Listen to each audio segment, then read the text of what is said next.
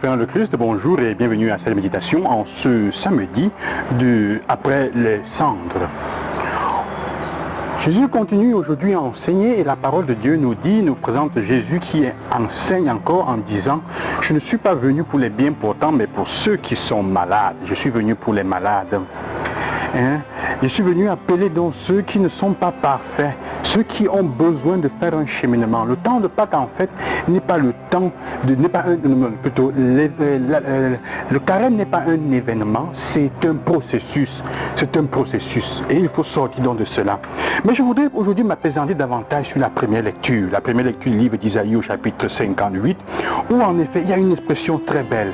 Isaïe dit que le Seigneur veut que nous devenions des personnes qui reparent les brèches, ceux qui remettent en service les chemins, ceux qui reparent les brèches des vies des autres, ceux qui remettent en service les personnes qui ont perdu, qui sont désormais à la gare, comme le train, remettre en service, que nous devenions. C'est ça en fait ce qui fait de notre vie quelque chose de beau.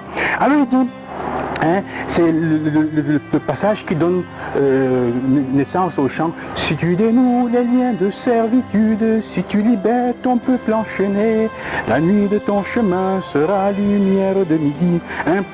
Ton obscurité sera lumière de midi si tu te mets à travailler pour les autres, à libérer les personnes. Si tu dédies ton temps à ce qui fait ton humanité, te pencher sur les souffrances des autres et prendre soin de ta vie spirituelle. En effet, c'est ce qu'il dit en effet.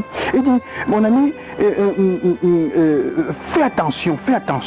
Tu prends ton temps, si tu t'abstiens de voyager les jours du sabbat, de traiter tes affaires pendant le jour saint du Seigneur, si tu même délices le sabbat et glorieux le jour du Seigneur, si tu le glorifies en évitant des marches à faire et pour parler de ce jour-là, oui, tout ce que tu demanderas, il te donnera. Il le dit d'une certaine façon, je te ferai chevaucher sur les hauteurs du pays. Je t'élèverai, on pourrait dire aujourd'hui comme ça, je vais t'élever. On pense que en ne donnant pas du temps au Seigneur, le dimanche on ne donne pas du temps, tous les jours sont occupés, plus occupés dans nos affaires économiques. Si on prend du temps pour soigner sa vie spirituelle, alors on perd quelque chose. Jésus dit aujourd'hui, en fait, le temps de carême, c'est le temps pour remettre la vie spirituelle au centre, frères et sœurs.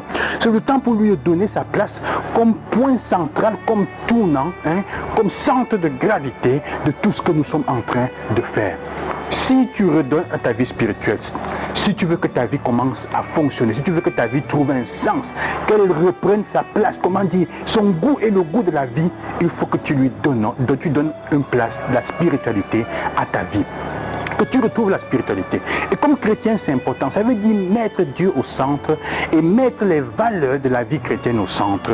Le bien pour l'autre, restaurer l'autre, remettre l'autre dans sa dignité. Et toi-même, tu retrouveras, le Seigneur te mettra en haut. Si tu redonnes place à ta vie spirituelle, toutes tes affaires, tout ce que tu es, tout ce que tu as va se remettre à fonctionner. Prends le temps de donner du temps à Dieu dans ta vie et lui, il fera de toi la priorité de ses choix. Il n'y a pas d'autre solution. Si tu fais de Dieu ta priorité et tu lui donnes la place centrale qu'il faut dans ta vie, il fera de toi sa priorité. Parfois, nous avons l'impression de ne pas être la priorité de Dieu parce que nous le tentons. Parce que nous disons oui et non, parce qu'il n'est pas le centre, parce que tu ne peux pas dédier vraiment un dimanche complet à ta vie spirituelle. Tu n'as pas de temps pour faire grandir spirituellement. On fait le minimum comme si on mendiait, comme si c'est carrément dit, comme si c'était des gris-gris et on pense qu'on a donné de la place à Dieu dans sa vie. Ah non, il s'agit donc de revenir, frères et sœurs, à l'essentiel, de revenir à l'essentiel et Dieu te fera chevaucher sur les hauteurs. Retrouvons nos priorités. Le temps de carême, c'est donc pour ça. C'est le temps pour remettre au centre ce qui vaut vraiment, ce qui nous donne le goût de vivre. Il dit, si tu t'occupes de tes frères, si ton but, même quand tu fais ton business, dans tout ce que tu fais, c'est d'améliorer la vie des gens, le Seigneur va te bénir au centuple. Et le riche, en effet, n'est pas celui qui a l'argent thésaurisé, c'est celui qui ne manque de rien, à qui Dieu ne fait manquer de rien au moment opportun et qui a encore du temps pour aider les autres et qui est apprécié, aimé, qui se sent aimé, qui sent que sa vie a un sens parce que les frères et les sœurs qui sont autour de lui vivent aussi grâce à lui ou à elle.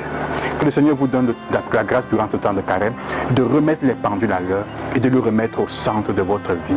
Reprenez votre foi et à vivre votre foi de façon concrète priez, allez à l'église et cela, que Dieu ait la place principale dans votre vie et il fera de vous sa priorité.